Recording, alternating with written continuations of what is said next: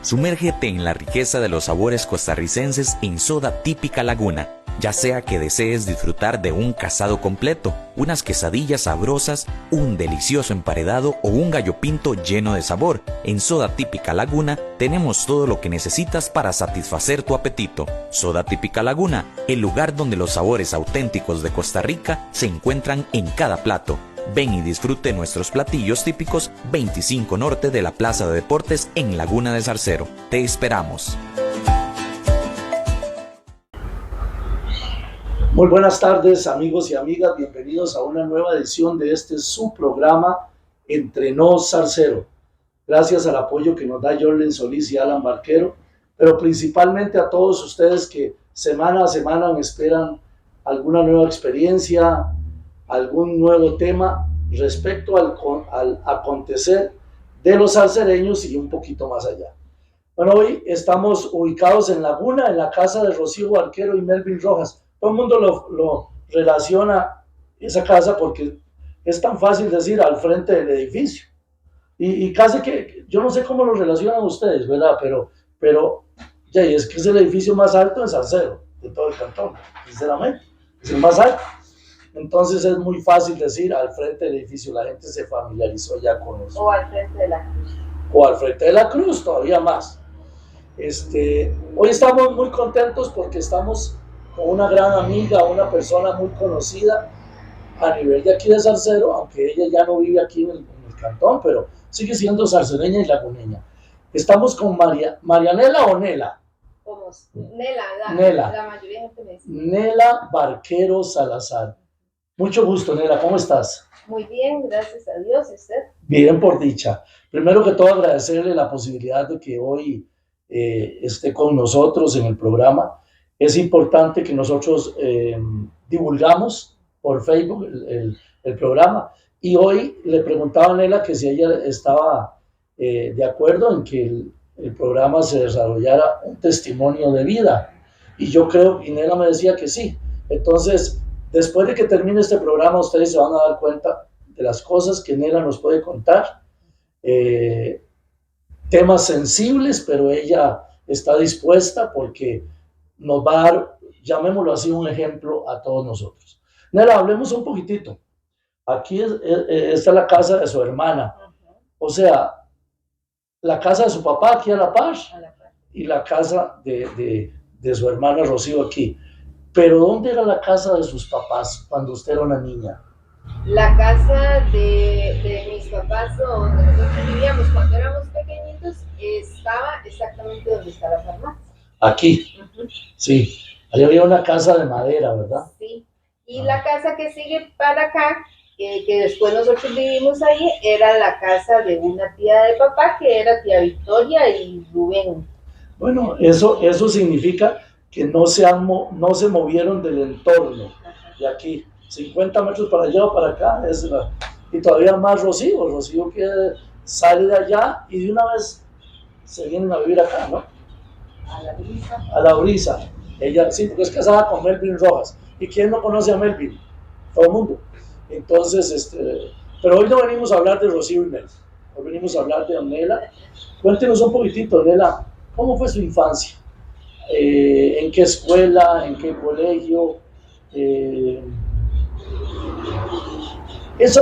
No es lo mismo vivir en un lugar de zona rural que vivir allá. ¿Dónde vive usted en este momento? Bueno, primero en San Antonio de Belén. San Antonio. Y ahora tengo casi 36 años de vivir en el centro de Alajuela. Ah, estás en Alajuela ahora. Ok. ¿Y escuela, la de aquí, la de Laguna? Sí, yo estuve en la escuela de aquí en Laguna hasta 5º grado. Ajá. Pero la infancia fue la más feliz con primero que aquí todo el mundo es familia, ajá, sí, ¿verdad? claro. Entonces yo tengo un montón de primas Barquero que eran compañeras de la escuela. Y también Salazar, por ejemplo, Eric, mi primo, Eric Rojas, también fue compañero. Muchas de sus primas, Blanco. Rocío, Carmen María. Y Hernán, y Jaime. Y Jaime. Y Hernán Alberto Ujú, también. sí. Todos esos fueron compañeros suyos Sí, y Barquero, Marlene, Grace, Alexander Barquero, Ajá. un montón. Y después, ya, y es que en este pueblo todos éramos como familias, ¿verdad? Y maestra, ¿quiénes eran? Blanca Rosa Solís fue mi Ajá. maestra desde primero a quinto. Que vivía aquí. Sí, de Ahí hecho viví todavía. Margot era compañera. La finada Margot, sí, Ujú. sí, sí. Y ya después nosotros nos fuimos, cuando nos fuimos de aquí, yo llegué a San Antonio de Belén a hacer el sexto grado.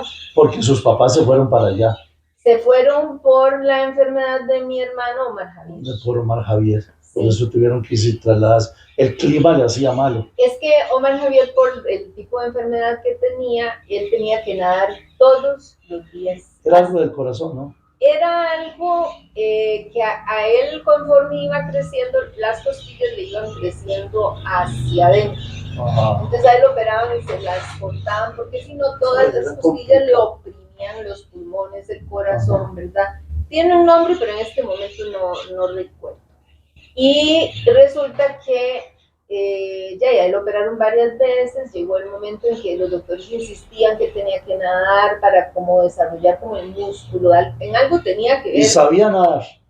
Porque entonces mis papás lo empezaron a llevar allá en San José, en una escuela de natación de un señor que era famoso, que se llamaba don Alfredo Cruz Bolaños. Claro que no he oído hablar de Alfredo Que Cruz. era el entrenador de María del Milagro París, Claro. y bueno, entonces lo empezaron a llevar allá, en San Pedro de Montes de Oca, que era un sacrificio muy grande estar yendo hasta allá. Hasta que llegó un momento que el señor se hizo muy amigo y les dijo que por qué no lo dejaban allá, y que él lo metía a la escuela y todo. Y de verdad, él estuvo como un año allá, pero no se halló. Él lejos de la familia y todo. Y entonces fue cuando tuvieron que tomar, incluso se pensó hacer aquí una piscina, pero... Los llevaban desde aquí. Sí, aparte de las citas al hospital de niños y todo, ¿verdad? Y entonces se quedó allá viviendo un año, pero él no se hallaba. Entonces se pensó en algún momento hacer aquí una piscina, pero era demasiado caro, tenía que ser climatizada. Sí. Con el tiempo, con el clima y todo era muy difícil. Entonces fue cuando se tomó la decisión de que había que agarrar para algún lugar que fuera clima caliente, donde hubiera... Y el lugar que mejor les pareció era San Antonio de Belén, que estaba ojo de agua, que estaba... Hubo mucha relación, perdona, hubo mucha relación por el hecho de que yo recuerdo que su papá tenía alguna relación con la gente de Aguilar y Solís. Sí. ¿Verdad? Su papá vendía concentrado. Ajá, y era de allá. Y era de allá, porque yo recuerdo al finado Bernal Hidalgo, que el hermano del doctor Fernando Hidalgo. Entonces seguro eso fue uno de los elementos que significó que se fueran para allá. Sí, puede ser. Exactamente. Ok. Su familia, digamos, materna. Ya dijimos que Rocío es hermana suya. Hablamos de Omar Javier. ¿Quién es más? Bueno, el mayor, que era Gustavo. Ana Beatriz, que vive en Esparza. Sí. Después sigue Rocío. Después seguía Omar Javier, que prácticamente siempre vivió con mamá y papá. Ajá. Y después sigo yo. Y de último está Max, que vive en Minnesota. En Estados Unidos. Ese sí se fue para allá hace tiempo. Max tiene 20 y resto de años de vivir allá, ya tiene allá sus hijas, ya tiene una hija de casi 18 años. Y por supuesto la nacionalidad. Sí, y las hijas también tienen la nacionalidad. Bueno, de los dos. Ajá. Ok. Muy bien, hay un momento determinado en que su papá se va para allá y usted también. Sí. Usted se va para allá siendo aún soltera. De 11 años. De 11 años. Y hay un cambio bastante fuerte, llamémoslo así, porque es zona rural, a irse a otra escuela. ¿Cuál escuela empieza ahí? Era la escuela de la Ribera, se llamaba, no me acuerdo en este momento cómo se llama, pero era la escuela de la Ribera, porque primero llegamos a alquilar una casa ahí, y ahí hice el sexto grado. ¿No era un golpecillo un poco fuerte sabiendo que usted tenía sus amigas acá y todo? Para mí fue durísimo. Primero, el que ya era sexto, ¿sí? Y el sexto cambiaron de maestra. Y entonces después ya no era Blanca Rosa, sino era mi tía Elisa, la maestra de sexto. La esposa de Suso. Ajá. Rojas. Y entonces para mí fue durísimo porque a mí me hubiera gustado tener de maestra a mi tía, ¿sí? Primero. Y después me hubiera encantado graduarme con mis compañeros de todos los años. Esa es una familia muy particular por docentes. Sí, varias. Por los Salazar. Pero digamos, ¿quiénes están ahí? Bueno, Elisa. La afinada Ana Luz. Ana Luz. Hilda. ¿También finada? No, Hilda está viva. Ajá. Tía Cinia. ¿Sí? Y tía Nuria. Y mi tía Lidi, que se hizo orientadora. O sea, todas son Solo docentes. Mi mamá, que era la mayor de todas, no estudió, porque ella nos contaba que como era la mayor, fue la primera que tuvo un novio, y era papá. Y resulta que a ella le dieron escoger o estudia o novio. Y escogió el novio. Que sí, es contra la pared.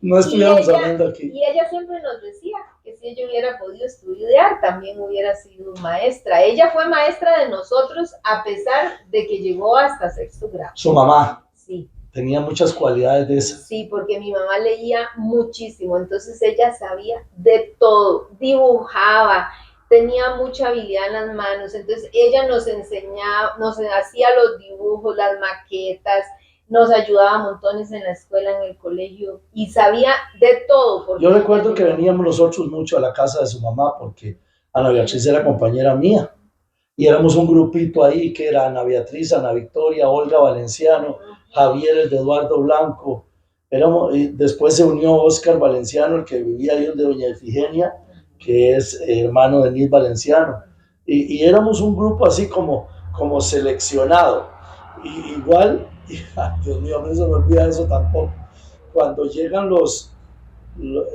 cuando están los hijos de Dorothy, Loren y eso, Loren se unió mucho al grupo de nosotros, y resulta que nosotros ir a la casa de donde Dorothy era, porque había un montón de cosas diferentes en esa casa. Primero había de comer todos los días, eso es lo más importante.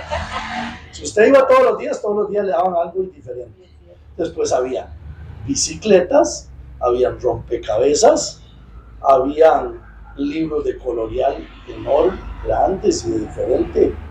Tenían un perro enorme que se llamaba Hawk, a mí no se me olvida. Es que la casa era diferente a las casas normales de aquí, ¿verdad? Es que era diferente, eso era diferente, esa es la realidad de todo eso. Entonces, Nela, usted empieza con el tema de que de 11 años se va para San Antonio de Belén. Sí. Y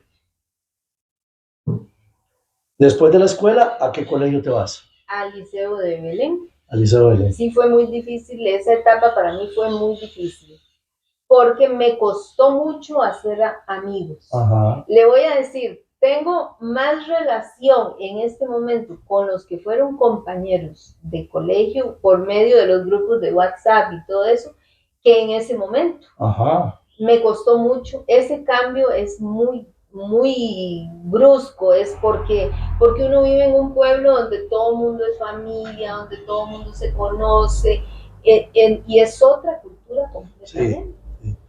Ok, ya estás en el colegio, ¿sacas el quinto allá? No. Yo no terminé el colegio. ¿No lo terminaste? No. Porque ya apareció.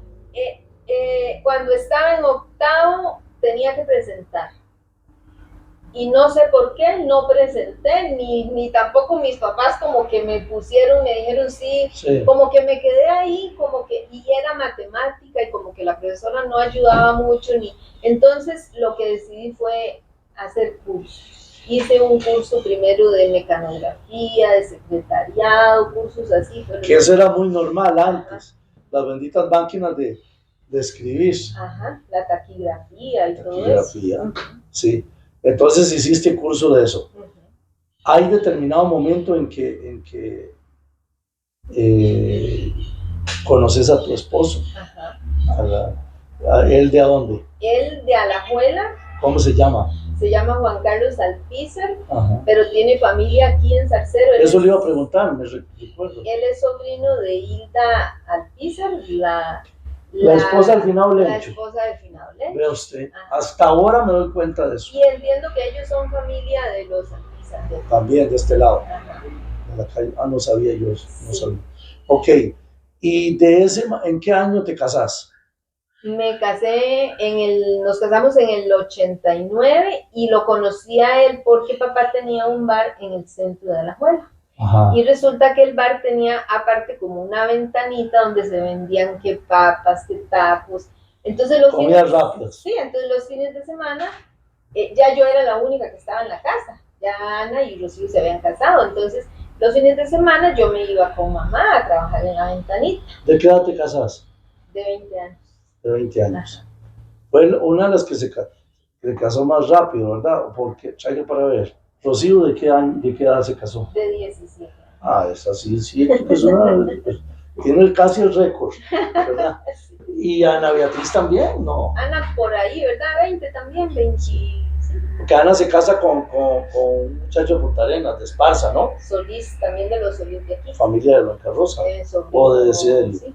No, de los dos. De los dos, ¿sí? porque ellos son familias, sí. Sí. Ok, entonces, muy bien, usted, entonces, ya se casa.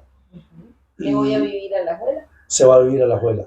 ¿Cuántos hijos de ese matrimonio nacieron? 2 hijas. 2 hijas. Sí, la mayor Sofía, que tiene 34 años, sí. Ya está casada. Y la menor que es Mónica, que tiene 30 años y vive también casada y vive en Minnesota y tiene un... se fue para Estados Unidos. Sí, por el trabajo del esposo. No me diga que también Max, por ese tema, se guindó de ellos para irse para allá, ¿no? No, porque, bueno, Max ya vivía allá, pero el esposo Mónica trabaja en la empresa, esta farmacéutica Abbott. Ajá. Y resulta que la casa matriz de Abbott está en Minnesota y a él es ingeniero en electromecánica y lo pasaban mandando allá cosas y todo. ¿Se ven ellos allá? Sí, siempre que Keylor iba allá, entonces se quedaban de ver, porque no se quedaba donde Max porque a él le daban todo, hotel y todo, pero sí por lo menos salían a comer. Qué casualidad, ¿verdad? En una ciudad tan grande, ¿sí? y uno primero y otro después. Sí. Ok. Ahora sí, ya más o menos investigamos todo lo que es su vida de estudiante y su vida de matrimonio y todo eso.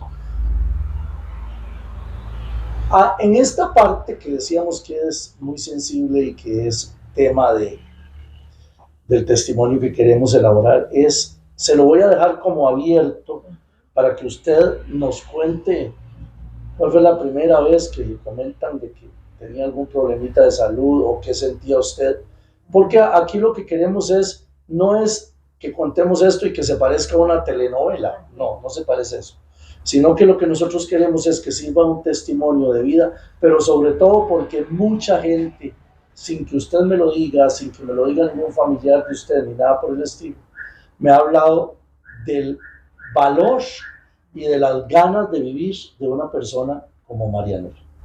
Entonces ahí te lo dejo abierto y ahí cualquier cosa te estoy interrumpiendo. Ok, está bien. Bueno, no recuerdo exactamente el año, pero como por ahí del 2000, por ahí fue que yo, bueno, digamos que empecé un día con un fuerte dolor en la boca del estómago, que yo decía que era colitis, que era y que usted va a la farmacia y compra algo, no se alivia, y al final le digo a mi esposo, lléveme al hospital. Y bueno, demasiado fuerte. Demasiado, pero demasiado. Y bueno, como es ir al hospital, que hay que esperar y que bueno, todo hasta que ya me detectaron que lo que tenía era una pancreatitis. Y estuve unos días internada, salí, pero no salí como muy bien, entonces mi único cuñado es médico, entonces él me recomendó un gastroenterólogo que fuera y todo, y la cosa es que me hicieron referencia al México. Y entonces ya vieras que a partir de ese momento empecé a sufrir de pancreatitis repetidamente. Ya cada vez que usted sentía ese dolor, dice, esto es lo mismo que me dio la primera vez. Al principio Bueno, primero que nada, duraron años de años, pero años de que no sabían por qué me daban las pancreatitis. Ajá. Me hacían resonancias, me hacían TAC, de todo, nada. Hasta que, bueno, lo que pensaban era que a mí me habían dado unos años antes de empezar las pancreatitis piedras en la vesícula. Y resulta que, gracias. Y resulta que me operaron privado, en un hospital privado. Y lo que llaman laparoscopía o láser, digamos. Y me tocaron un conducto biliar con el láser. ¿Se podría llamar eso una mala praxis? Eso fue una mala praxis. Yo en el momento ellos no se dieron cuenta. Yo salí al día siguiente, como normalmente, ¿verdad? Ese tipo de cirugía. Seguí con mucho dolor, entonces volví al hospital, me contacté con el médico, me tuvieron que abrir ya a ver qué era y resulta que se dieron cuenta que había un conducto biliar roto. Lo tuvieron que... Eso debe ser tan sensible, tan... Y porque imagínense cómo es la bilis. Sí, claro. Y eso fue lo que te pasó en ese momento. Entonces ese conducto lo metieron en el intestino. Hicieron una cirugía y lo metieron. Esa operación tiene un nombre que se llama una hepatoyeyunal anastomosis. Bueno, hasta eso te has aprendido. Yo me sé mis males, mis cosas como de memoria. Bueno, entonces los médicos creen que a partir de eso fue que me empezaron después las pancreatitis, que tal vez donde eso cicatrizó, empezó a hacer algún tipo de obstrucción o algo así. Ok, esa fue, digamos, lo primero fue la operación, lo primero fue el síntoma, después la operación, y después la operación que te hacen, te tocan el conducto biliar y empiezan las repetidamente, ¿no? Sí, yo pasaba al principio en el hospital hasta cada 8 días. De hecho, llegó un momento en que ¿sabe que en emergencias hay muchos médicos residentes o internos? Entonces, había un doctor que nunca, me encantaría verlo, pero siempre que yo llegaba era el mismo doctor. ¿En el hospital viejo de Alajuela? No, ya yo estaba en el México, entonces yo me llevaban al México. El doctor siempre me decía, al México. Y entonces me acuerdo que yo llegaba y el doctor me veía y me decía, otra vez. Y no me dejaba ni que, no, como ahora que uno llega y primero lo empiezan a interrogar y que si esto y que padece y que su mamá. Solo le faltaba una tarjeta de cliente frecuente. Sí, Alejo, pero es que cuando solo los que han pasado las pancreatitis, es un dolor en la boca del estómago y al mismo tiempo me daba de una vez diarrea y vómito. Entonces era una cosa terrible. Para irme para el hospital me tenían hasta que poner la ropa, me tenían que todo, porque yo no. Porque era ese dolor, esa incomodidad, eso. No me toque porque terrible, me duele. Sí, terrible, y vomitando y todo. Entonces ya, sí, cuando yo llegaba al doctor ni siquiera, de una vez me decía, venga, y lo primero que hacía era ponerme medicamento a la vena. ¿Cuántas veces cree usted que fue usted por pancreatitis a los hospitales? Unas cuantas. Alejo, yo perdí la cuenta cuando llevaba 100 pancreatitis. No. Y después de esas no sé cuántas más. Mira, antes de que sigas adelante me gustaría, vamos a ver, tu formación, la forma de ser tuya, ¿usted cree que haya sido vital para lo que usted ha tenido que enfrentar? O poco a poco, tantas veces pancreatitis, tantas veces al médico, ¿te moldeó? Yo siento que las dos cosas, digamos, porque a mí hay mucha gente que me dice, es que usted es muy valiente, es que usted...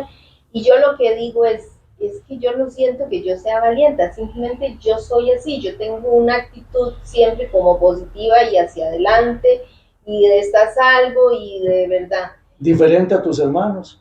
No, yo siento que todos somos valientes. Omar Javier pasó por cosas muy difíciles y sin embargo él siempre le hizo frente y fue muy poco tiempo lo que estuvo enfermo, pero sí, bueno, aparte de la niñez, yo digo ya es grande cuando ya él falleció, sí. Pero Yo siento que todos hemos sido así como de enfrentar las cosas, pero es que mamá y papá sí, la formación tiene mucho que ver. Mamá era una persona muy positiva, los dos muy de Dios, de siempre del rosario, de los valores, de ayudar, de enfrentar muy unida, las cosas. Una pareja muy unida. Ah, siempre juntos. ¿Verdad? También siempre juntos. Entonces yo siento que las dos cosas, la actitud de uno tiene mucho que ver para enfrentar las cosas, pero sí también la formación. Ok, vamos por las 100 pancreatitis, Dios mío. Vamos por eso. Ahora, ¿qué pasa después? Ya después de tantas... Dentro y me daban muchos cólicos y cosas así. Con los años, me metieron a los cuidados paliativos, entonces ya me mandaban tramal para que yo estuviera en la casa. Nela, porque es otro tema ahí también. Sí, Cuando usted sufre todo eso, ya usted tenía sus 2 hijas. Sí. Ya habían nacido. Sí, y ya habían nacido, ya estaban grandecitas y como fueron muchos años, llegaron momentos en que yo digo que mis hijas tuvieron que tomar casi que el papel de mamá, ¿verdad? Porque yo pasaba mucho en el hospital. Por eso le pregunto, ¿sí? Entonces ellas, a veces, Sofía, que era la mayor, por ejemplo, y que estudiaba o lo que fuera, en la casa se encargaba de la casa y hacía comida, todo, pedíamos permiso para que me llevaran comida, entonces después ella llegaba, me llevaba comida, se quedaban conmigo. O sea, todo un ejemplo. Todo, igual mi esposo, pero mi esposo todavía estaba trabajando. ¿Trabajaba dónde? Él es maestro pensionado. Ajá. Y trabajaba en San Rafael, antes le decían San Rafael de Ojo de Agua, ahora es San Rafael de Alajuela. De Alajuela, sí.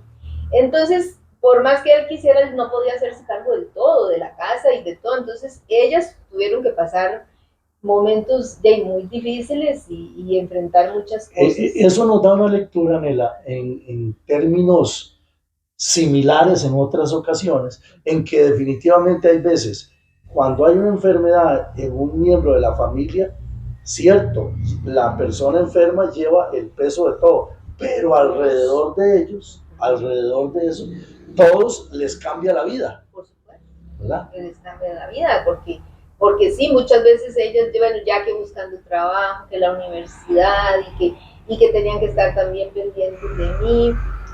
Mi esposo siempre, él se estresaba mucho. Cuando a mí me daban las pancreatitis, él se estresaba mucho. Iba volado para el hospital y como que él nunca se acostumbró, ¿verdad? Porque a él le afectaba mucho. Entonces, cuando ya las chiquillas estaban más grandes y ya Sofía manejaba y a veces me daba el dolor en la noche, y yo lo que hacía era que me levantaba y empezaba a caminar para allá y para acá, porque de ninguna posición, y yo siempre decía, tal vez me pase, ¿verdad? Pero nunca pasaba.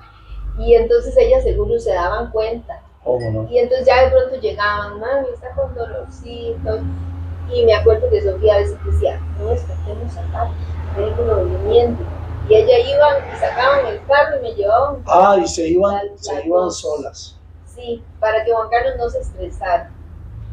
Y entonces se iban solas y ya una me acompañaba y la otra se quedaba afuera al principio. Ya después yo les decía, nada más déjenme adentro y ustedes váyanse para la casa. Como vida materna en un hotel 5 estrellas. Es que sabíamos que eran hasta 2 días y si no me internaban. Entonces yo les decía, no se expongan a quedarse aquí con tantos virus y todos y ya. Y de verdad, así lo hacíamos. Entonces, pero sí, llegó un momento en que me empezaron a ver los paliativos, me daban tramal para la casa y resulta que yo tomaba, si me daba dolor, tomaba todos los días, pero si me daba dolor podía tomar más. Y si eso no me aliviaba, mi cuñado me enseñó a inyectarme solo. Y él me daba la tramal. Ok, ahí llegamos. Vamos a hacer un pequeño corte aquí. Y ahora vamos a retomar qué es lo que pasa posteriormente. Okay. Ya regresamos. Bien, continuamos con la historia de Nela Barquero Salazar. Como les decía en la primera parte que estuvimos conversando, entonces a Nela el tema de las pancreatitis continuaron y ella nos habla de que casi que perdió la cuenta. Podían haber sido unas 100 veces que fue al hospital. ¿Qué pasa? ¿Hay algún momento en que nos decías que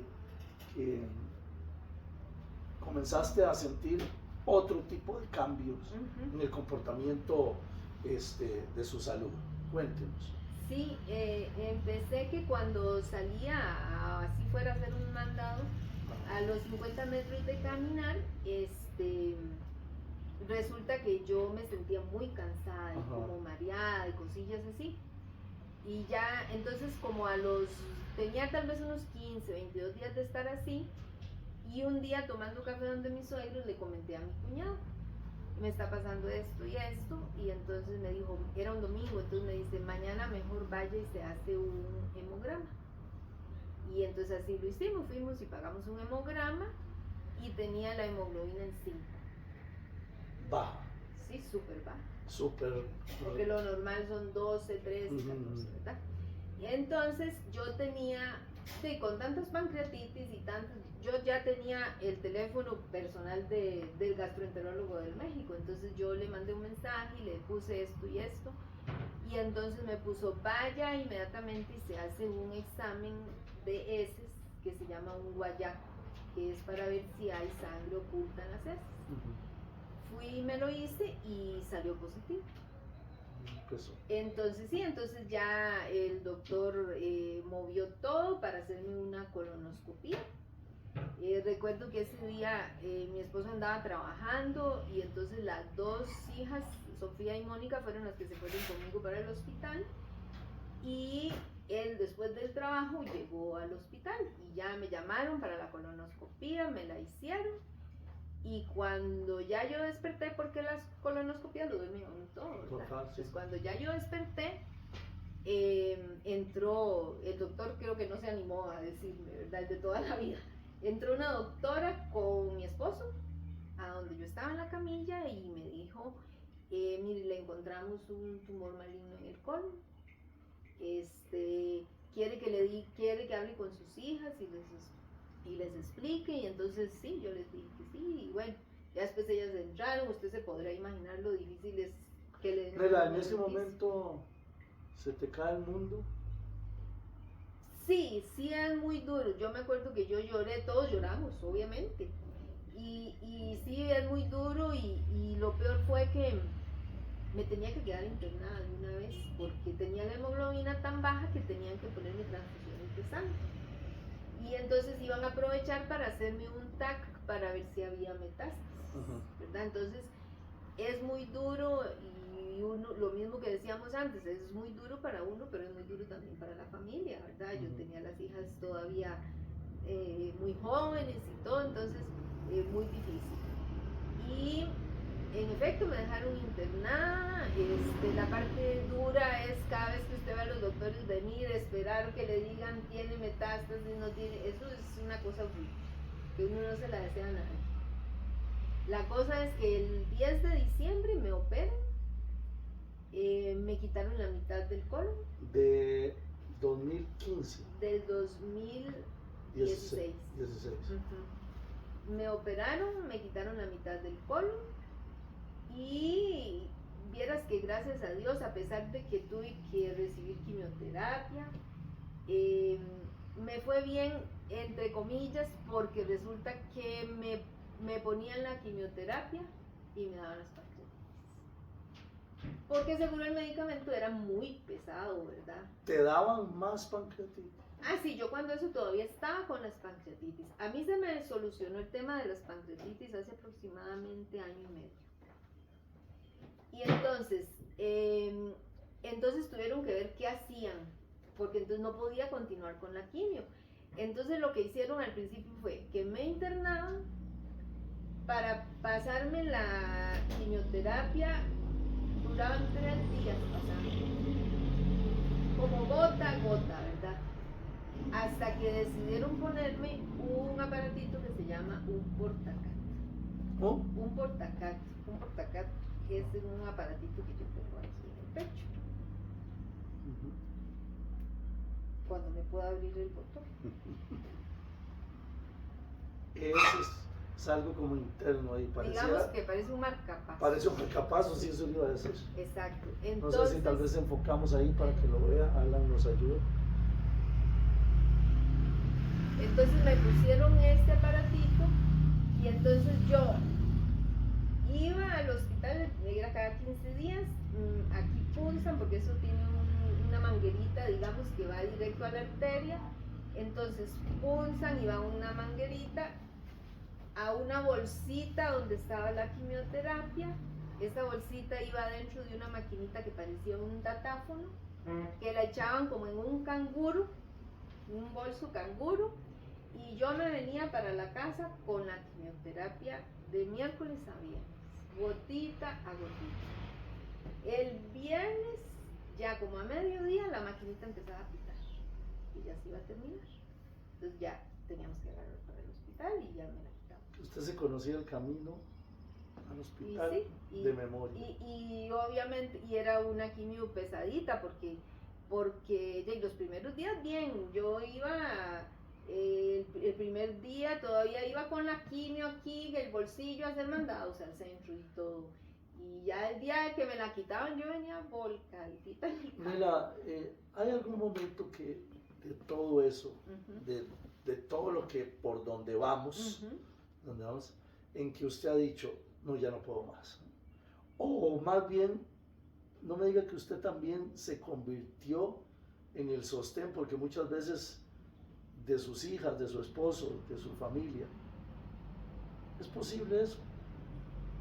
Yo, o sea, como en el sostén, yo siento que no, yo siento que todo esto más bien los fortaleció a ellos también, entonces más bien fue algo como entre todos, ¿verdad? Ni siquiera, o sea, sí han sido mi apoyo incondicional ellos tres, pero era algo que era entre todos, como que ya éramos un equipo, ya ni siquiera que si las pancreatitis ya se sabía qué había hacer, qué es de esto, que el otro, ya era como automático. Es que sí. Que las quimioterapias, bueno, las hijas mías sabían por dónde meterse al hospital, que no las vieran los guardas, para meter a alguien que si llegaba el Rocío a verme, venga por aquí puede, y la pasaban y todo, ¿verdad? Porque era tanto. Eso era así. Entonces yo siento que no, más bien formamos como un equipo de apoyo, ¿verdad? Sí. A que pesar de que obviamente yo llevaba la peor parte, pero yo nunca he sentido como que fue una carga pesadísima que yo no podía llevar. Nela, y esa parte, ok. ¿Falta más después de eso? Sí, no me diga. Sí, bueno, las pancreatitis siguieron. Y cada vez más, porque ya yo pasaba con dolores todos los días, que gracias a Dios ya los podía resolver casi siempre con una inyección, resulta que, bueno, gracias a Dios, hace más o menos año y medio, dieron con cuál era la causa de las pancreatitis. Tenía un conducto biliar muy estrecho, entonces me hicieron una cirugía. ¿El mismo que te punzaron, no? No. No.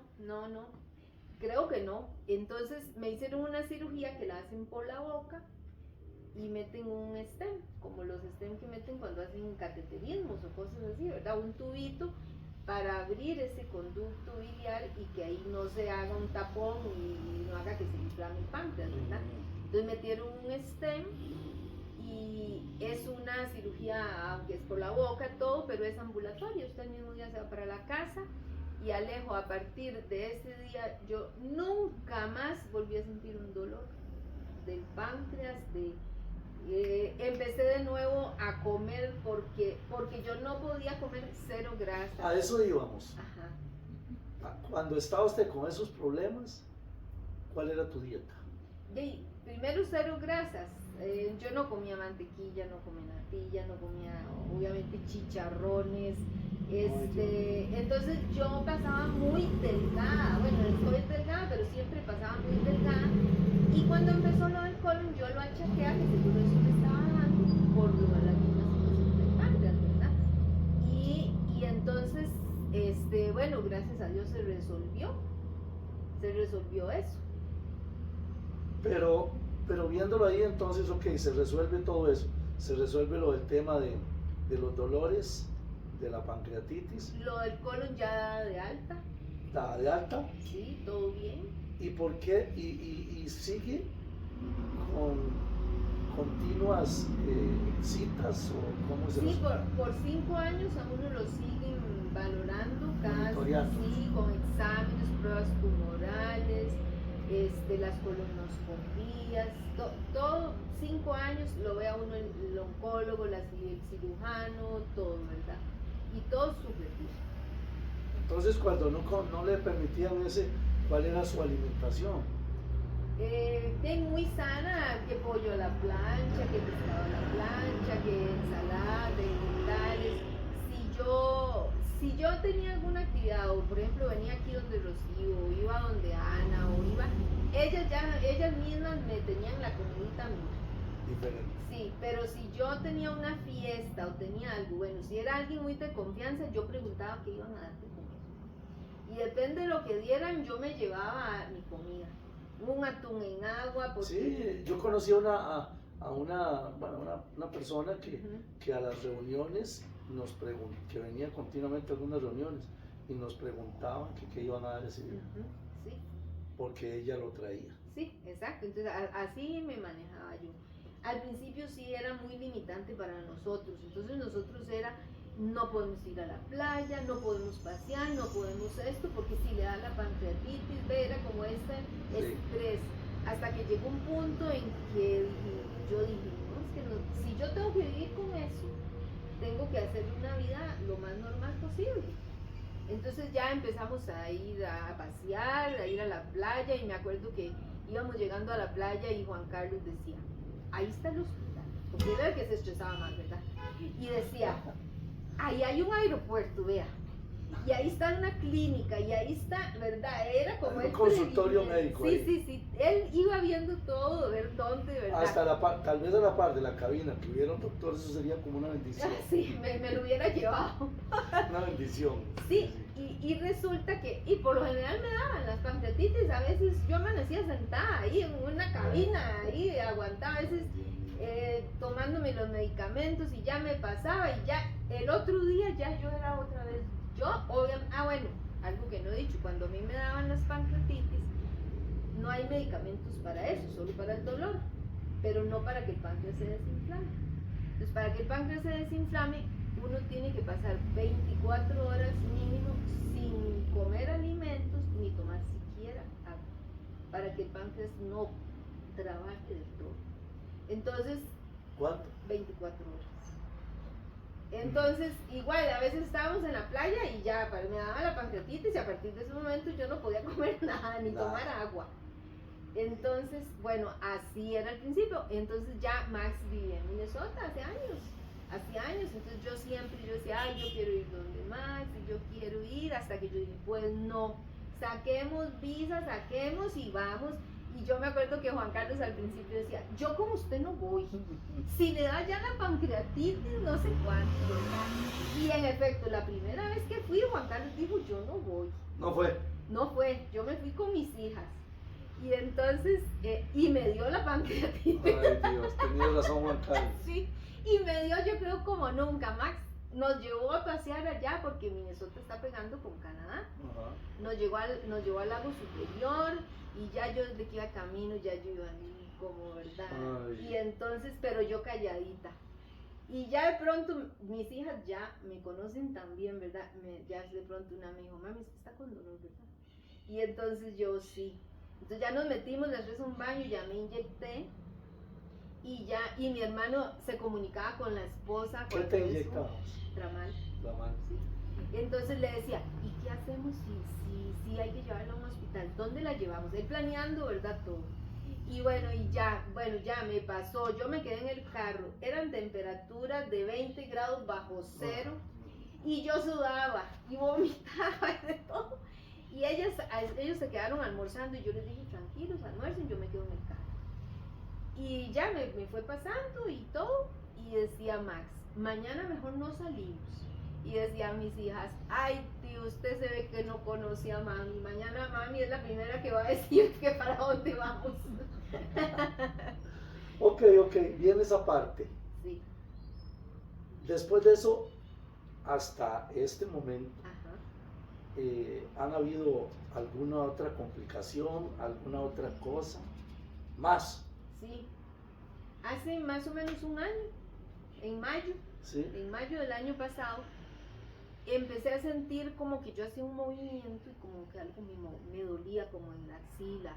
Pero yo sí hacía este movimiento como cuando uno se hace el autoexamen, como, y yo no me tocaba nada. Entonces yo decía, qué raro, me pasó una vez, allá como a los 2 días me volvió a pasar y nada. Entonces me empecé a tocar, pero con el brazo así, y me toqué una bolita, pero grande, que se me movía. Entonces ya llamé a mi cuñado y ya le dije, entonces me dijo, hay que hacer su ultrasonido. Fui y me hice el ultrasonido, el radiólogo que me lo hizo, de una vez me dijo, le voy a hacer de una vez ultrasonido de mama, y me dijo, sí, se le toca ahí se le ve un tumorcito, eso inmediatamente hay que sacarlo, eso hay que biopsiarlo, y él me dijo, vea, por mi experiencia yo le voy a decir de una vez que eso le va a salir positivo. Y yo lo que hice fue que al día siguiente me fui para el hospital en México, pregunté si estaba la oncóloga que me había visto cuando el cáncer de colon. Ya me dijeron que sí, esperé que saliera a llamar al paciente, llevaba el ultrasonido, llevaba todo, y ya le dije, doctora, esto y esto me está pasando, y entonces me dijo, espéreme que termine la consulta y la veo. Y en efecto, ya vio todo, de una vez me abrió expediente. Por otro lado, el gastroenterólogo me contactó con el cirujano, y todo se movió muy rápido, pero en ese entonces, igual ahora, hay tanta gente con cáncer, ¿verdad?, que no cabe en los hospitales. Entonces la misma oncóloga me dijo, si usted puede hacerse todos los exámenes por fuera, hágaselos por fuera, porque los resultados de los exámenes pueden durar hasta 1 año y año y medio. Entonces así lo hicimos las biopsias, ella nos recomendó con quién, hicimos el TAC por fuera, todo. ¿Te operaron de eso? Y entonces rapidísimo me llevaron a junta de médicos en el México, no, empecé con quimioterapia para reducir el tumor. Eran 18 sesiones y eran todas las semanas. Muy duro, no las aguanté. Llegó un punto en que si un trago de agua me tomaba, un trago de agua vomitaba, me daba diarrea, era una debilidad tan terrible que me dio neuropatía, que es que eso daña también el sistema nervioso, ¿verdad? Entonces un adormecimiento en las manos y en los pies, y llegó el punto que si yo agarraba un vaso con agua se me caía, o no me podía botonar. Y la oncóloga había dicho que cuando llegara a ese punto ya no se podía, ya había que parar con las quimios. Entonces me faltaban 4 y hubo que parar. Tuve que empezar a ir hasta rehabilitación al escenario para de nuevo caminar bien y agarrar fuerza y todo. Después de eso rapidísimo me operaron, como a los 15 días me operaron. Me sacaron 15 ganglios linfáticos, y de esos 15 ganglios, bueno, y el tumorcito de la mano, pero solo el tumorcito, a mí no me hicieron la amputación, no, simplemente me sacaron el tumorcito, pero de esos 15 ganglios que me sacaron, 10 dieron positivo. Después de eso recibí radioterapia, y después tuve cita con la oncóloga, y la oncóloga me dijo, Marianela, vea, por la cantidad de ganglios positivos que usted tiene, hay que recibir de nuevo quimioterapia para prevenir que no vuelva, porque hay mucha probabilidad. ¿Cuántas sesiones? El tema no era tanto las sesiones, sino que había que pasar por un proceso de aprobación. En la junta de médicos la aprobaron, la quimio, pero después tenía que pasar por la aprobación del departamento de farmacología y no la aprobaron. Y en el papel decía por qué, y sobre todo decía porque el precio es tan alto que desestabilizaría la institución. Entonces la misma doctora me dijo, vamos a poner un recurso de amparo. Me dio el número de una fundación que se llama Unidos contra el Cáncer, escriba por WhatsApp, mande los papeles, y ellos mismos hacen el recurso, lo interponen y no tienen que pagar nada. Y salió. Y me llamó, tuve que ir hasta la corte para que me viera un médico forense y todo el proceso, y rapidísimo me lo aprobaron. y empecé hace poquito, he recibido 2 quimioterapias, es cada 3 semanas, por dicha no es tan seguido, entonces como que me ayuda a recuperarme más, ¿verdad? Sí, me da más chance. El de hoy en 8 me toca la tercera, son 14, pero como son cada 3 semanas, las termino hasta en enero.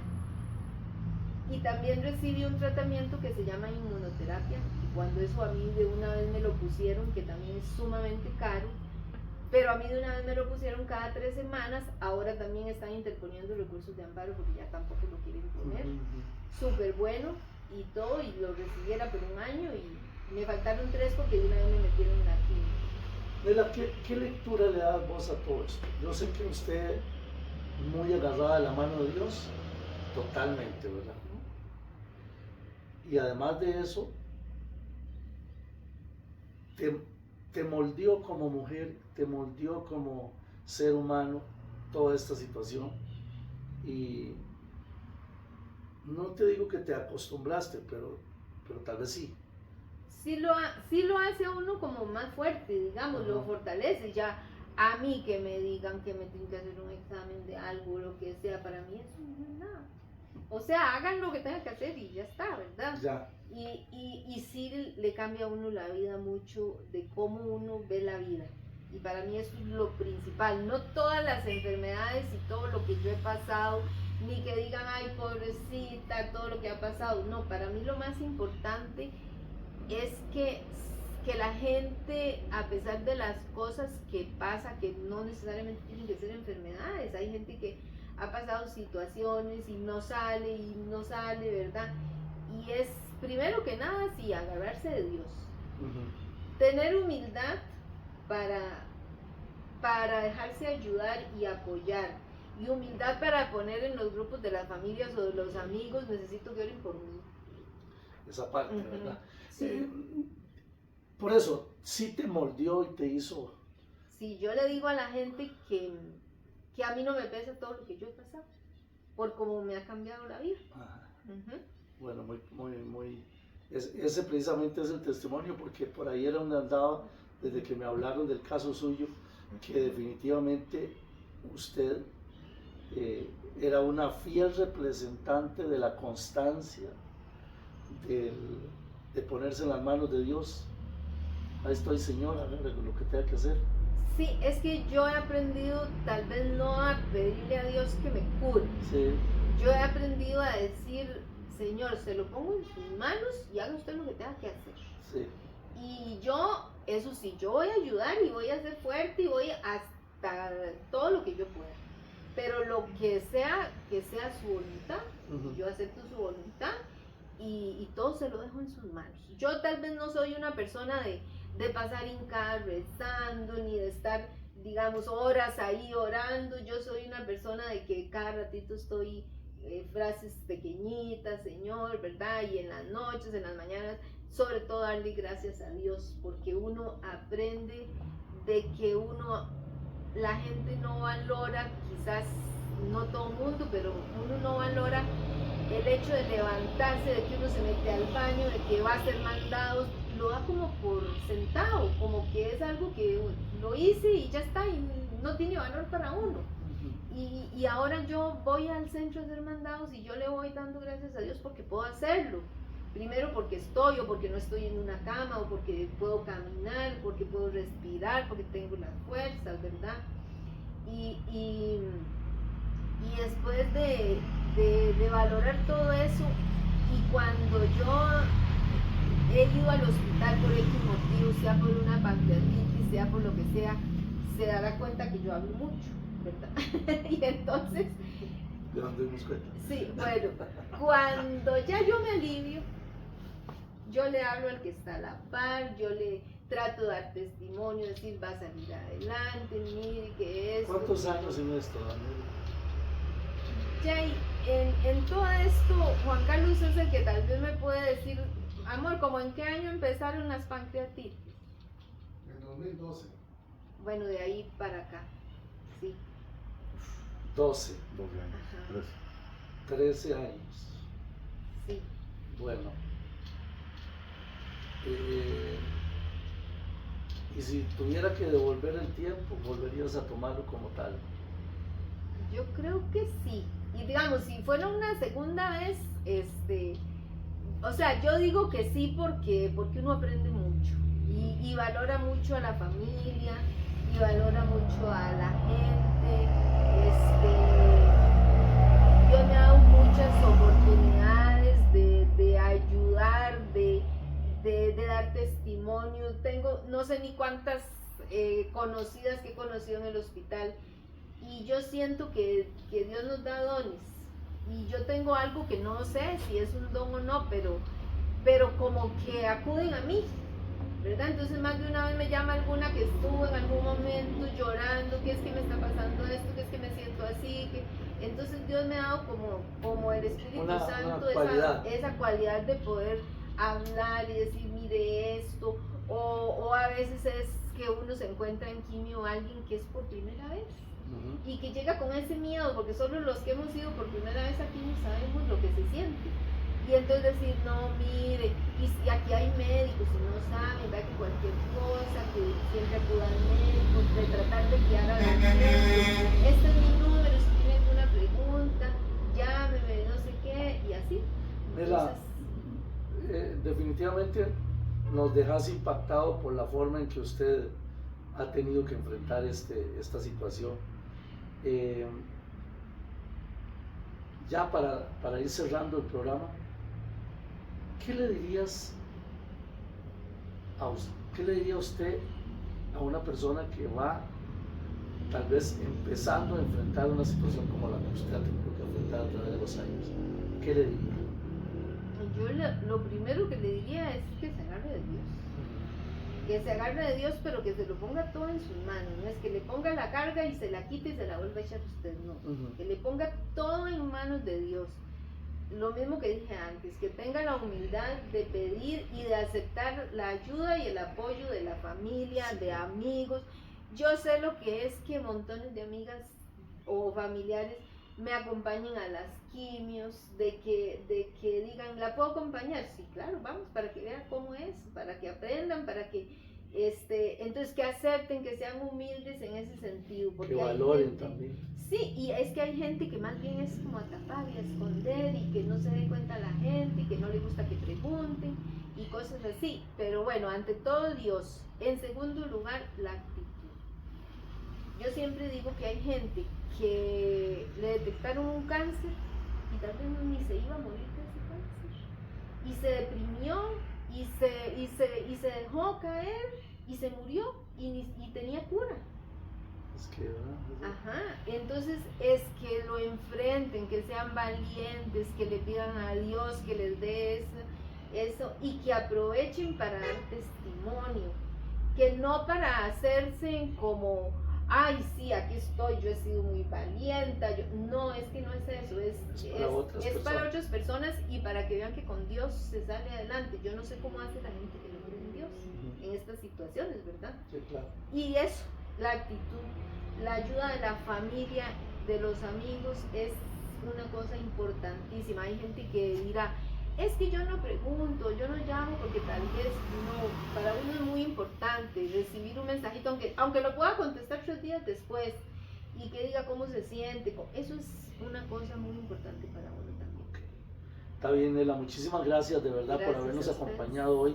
Creo que ha sido de suma importancia, pero de todo de una enseñanza enorme lo que usted nos dice a nosotros, porque hay veces a uno hasta porque le duele una uña, ¿verdad? Es cierto. Y usted que ya ha sido, esperamos que continúe así de positiva, que ya no tenga que ir tantas veces, eso es lo que le digo, que ya no tenga que ir tantas veces allá por el hospital, y que sepa que este programa lo hemos escogido como tal para que usted externe su testimonio y su forma de vida. Le agradecemos mucho, Nela. ¿Me permite una última Sí, claro, cosa? claro. Yo quiero también agradecer a toda la gente que a veces ni conoce uno, Ajá. porque hay gente que dice, la voy a poner en mi grupo de oración. Ajá. Y entonces a tanta gente que ha orado por uno, ¿verdad? Y que tal vez ni conozco, y a los que sí conozco, darles las gracias infinitas por las oraciones, por el apoyo, porque tal vez en algún momento uno no tiene chance de dar gracias, y que sepan que yo eso lo valoro un montón, y aunque no las conozco, también oro por ellos, y que siempre oren por los enfermos. Ok, me parece muy bien. Hay un tema ahí que tal vez comparativamente hablando, pero yo entiendo que nosotros tuvimos también en el programa a Samantha, la nieta de Annie, de Annie y de Elías. Esta muchachita nos dio un ejemplo. Y mucho de la parte positiva que ella está asimilando y toda esta situación es por la forma de ser, definitivamente. Y que esperamos que esté de lo mejor. Muchas gracias, Nela. Gracias a ustedes. De verdad, gracias por eso. Y gracias a ustedes que semana a semana están con nosotros. Agradecimiento especial a Alan Barquero y a Jorlin Solís, pero principalmente a Dios que nos tiene aquí. Muy buenas tardes y nos vemos la próxima semana en su Entre Nos Salsero.